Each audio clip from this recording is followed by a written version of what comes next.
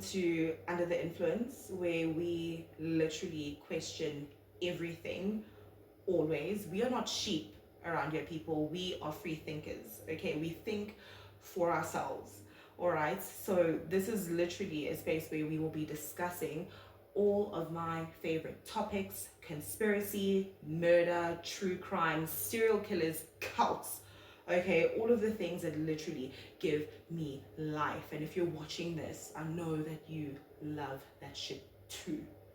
All right, so if you're wondering why it seems as though like I'm actually having like a mini crash out, it's because this is the second time that I'm filming this intro. So the first time around, I tried to export the footage, it got corrupted, and now I'm back here doing it again. And yeah, no, for those who know me, I can't do the same thing all over again.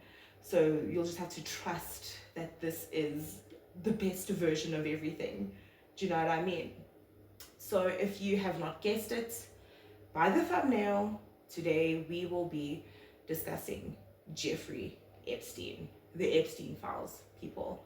So if you've been living under a rock and you don't know what I'm talking about, Netflix has a really great documentary where you can go do a little bit of research there, you know, get like the backstory of how we got to this point. All right. So Jeffrey Epstein, he is like the final level, like the highest level. He's like the final boss of bad guys, because what do you mean the government dropped 3.5 million files out of 6 million against you, one man? Do you know what I mean? And the main thing for me, right, is that these guys are literally trying to convince us that Jeffrey Epstein is dead. I'm not buying that. I haven't bought that for 1 second, nor will I ever buy that. Because this man spent years gathering and collecting intel against the world's most powerful people for the sole purpose of blackmail, leverage, and then for you or for them to try to convince us that this guy's dead. There's absolutely no way. There's absolutely no way. Someone with so much leverage to just unalive themselves is insane. It's just purely insane to think that we'd be convinced of that. Do you know what I mean? I'm like, dude, I've watched How to Get Away with Murder. Two things have to happen. Somebody has to be reported dead, then they ruled it as a suicide, and then we need a body, and they provided photos of the body, trying to convince us. But still, I'm not buying that. So my camera died, and as I was watching back the footage that I managed to get, I could hear in the background that, yeah, no, the kids are back. The kids are back. You can clearly hear them. And that's mainly because, like, in my apartments, okay, like, my unit is literally above the children's play area. And it's literally, like, what, 4 p.m. right now. So they're back with the vengeance. They're trying to, like, get all that nervous energy out from school where they had to, like, sit down all day. And they're playing outside, screaming, squealing in joy and excitement from God knows what, playing on swings, kicking a freaking ball around. But that's not going to stop me today. I'm going to push on. So if you hear just kids squealing in the background, please don't think that I'm keeping them in the basement. They're literally having fun downstairs and low-key, high-key ruining my video. But that's neither here nor there. Back to how Jeffrey Epstein is not dead, in my opinion. Shout out to the armchair detectives, the internet sleuths. So they basically, because remember with Epstein being dead, they basically gave us an announcement and they gave us a body. They even gave us like photos of the body. So the online gang literally put like a side-by-side profile shot of the body that they gave us and Jeffrey Epstein still being alive. And when you compare those two, okay, I'll try and put like a little photo here of the comparison. The nose is not the same. They went as far as saying even the ear pattern is not the same.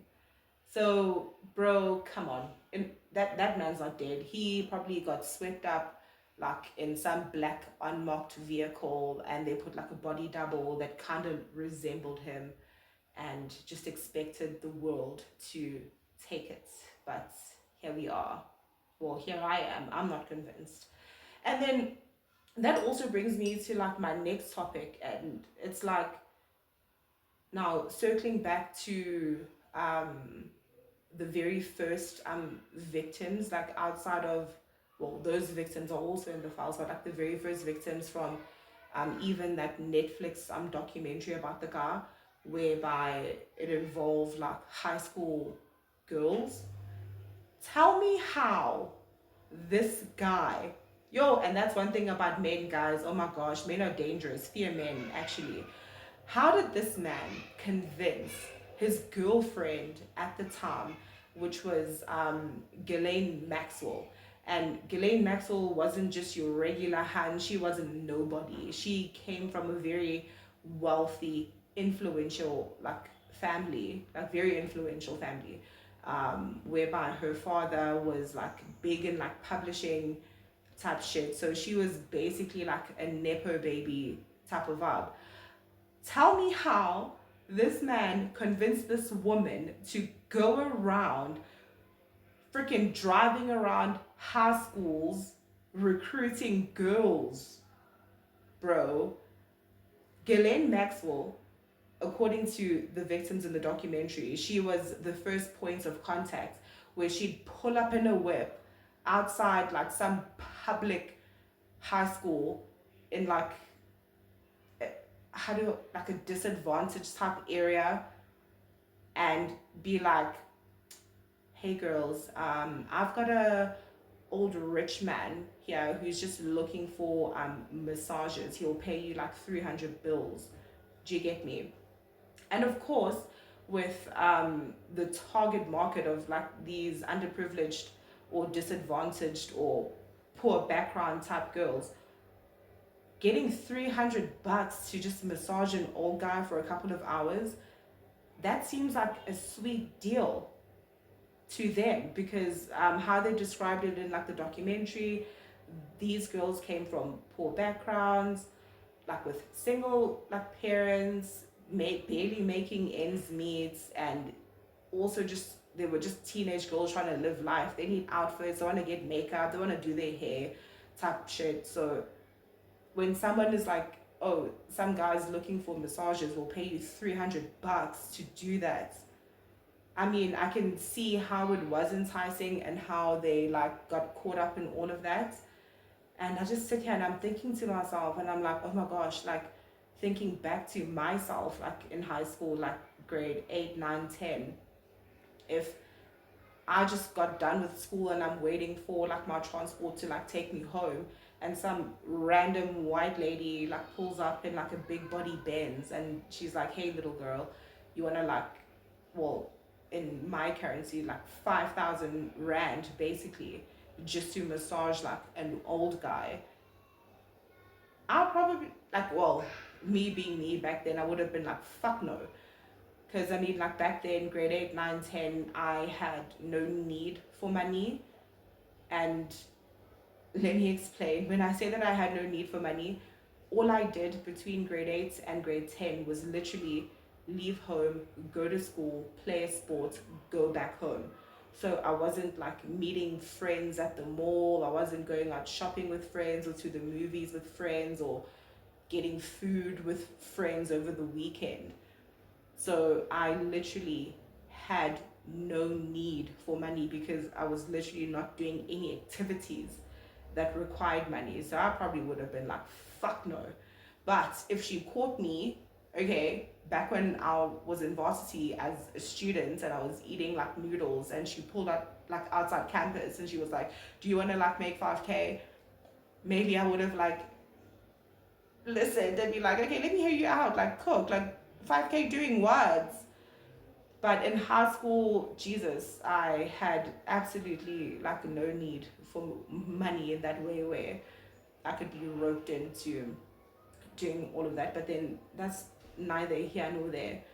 And why I say that this Epstein guy, he's so fucking smart and he's so fucking calculating, is that when Ghislaine got him like the first lineup of like these teenage girls who agreed to like come to his house, this man fucking white people that shit and turned it into like some kind of fucking pyramid scheme where he told these Huns like, listen, thank you so much for the massage, the money's on the counter, but if you're trying to like look into like making big bucks, if you go back to school and you bring in more girls, every girl that you bring in, I will pay you like 200 bucks for each girl you bring in, and I will also then pay those girls 300 for like their time and service. So then it literally just became just like a fucking pyramid scheme where it was basically just like working for itself. Jesus, like Jeffrey Epstein, he was a fucking bigger pimp than a pimp named Slickback. Because what do you mean you're not doing the groundwork? What do you mean you're not going around maintaining? And like it just became like a continuous cycle, because with the first girls, they would get the second lineup of girls, and then he would run the same story to that second lineup, who would then bring in more girls, and it just kept on continuing that way. So there's no way, dude, you can tell me that this guy was not smart or not calculating or not business minded or whatever the case may be. He knew what he was doing. He literally fucking knew. And that is why, nah, this whole thing of him like being dead or committing suicide in prison, whereby he had all the files on America's or the world's elites and most powerful people, I don't buy that for a second at all. Which brings me to our next topic. And bro, Bill Gates. Bill Gates. Let's chat about Bill Gates for a second.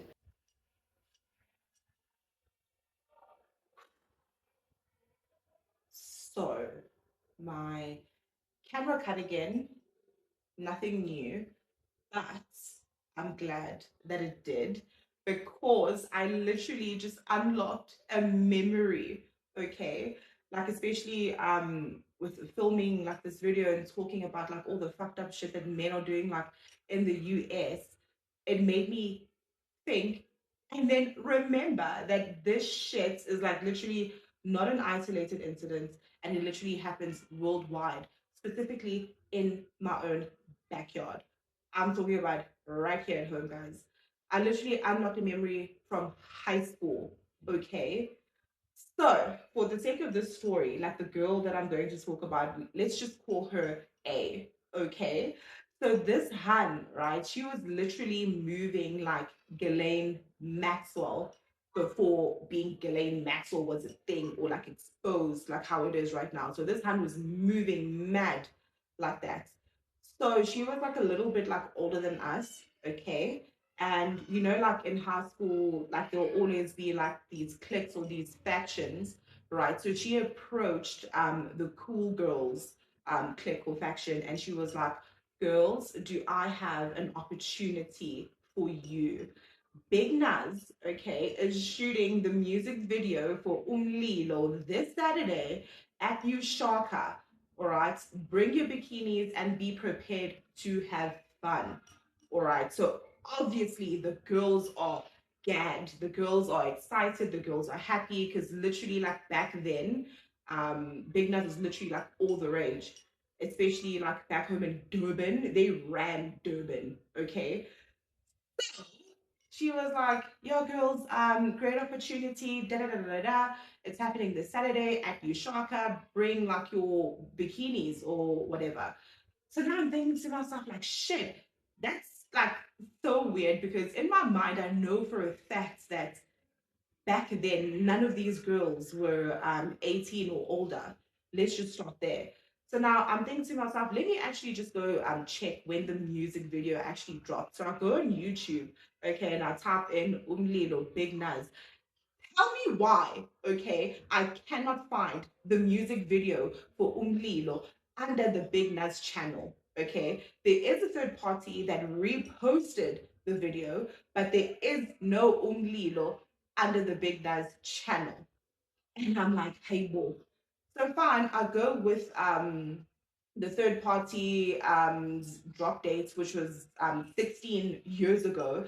And I can tell you right now for free that 16 years ago, that would have been 2010, and none of those girls were 18 or even over the age of 18. All right. So this Hanshi then basically prepositions these girls on some music video, da da da da. And also if there are other girls that you can think of that would be good for the video, let them know, let them pull up as well. Okay.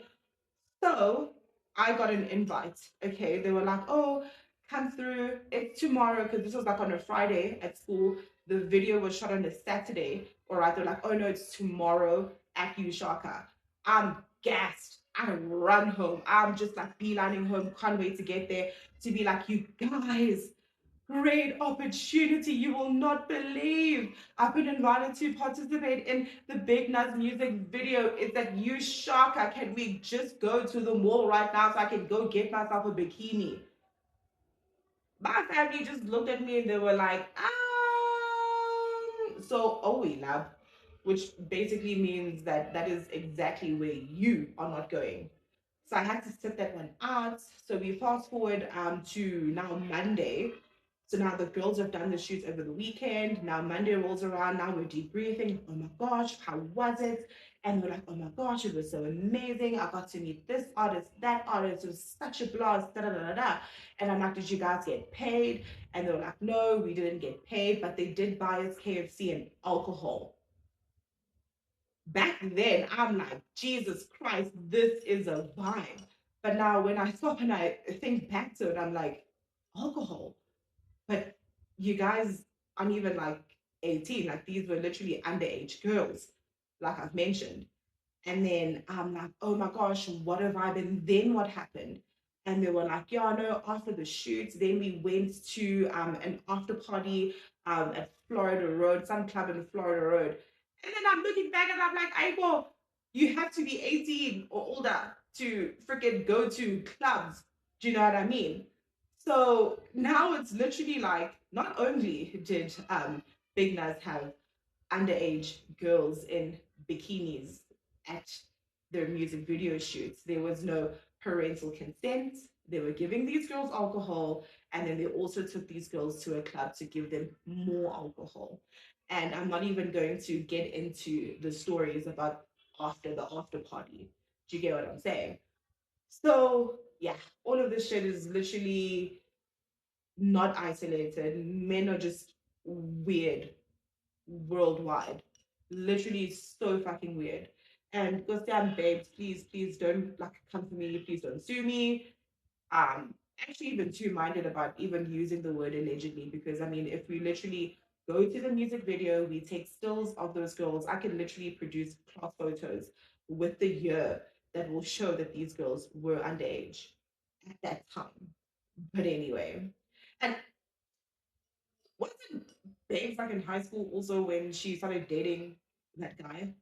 But it's neither here nor there, right? So yeah, I think maybe that's where I'll just kind of end this video off.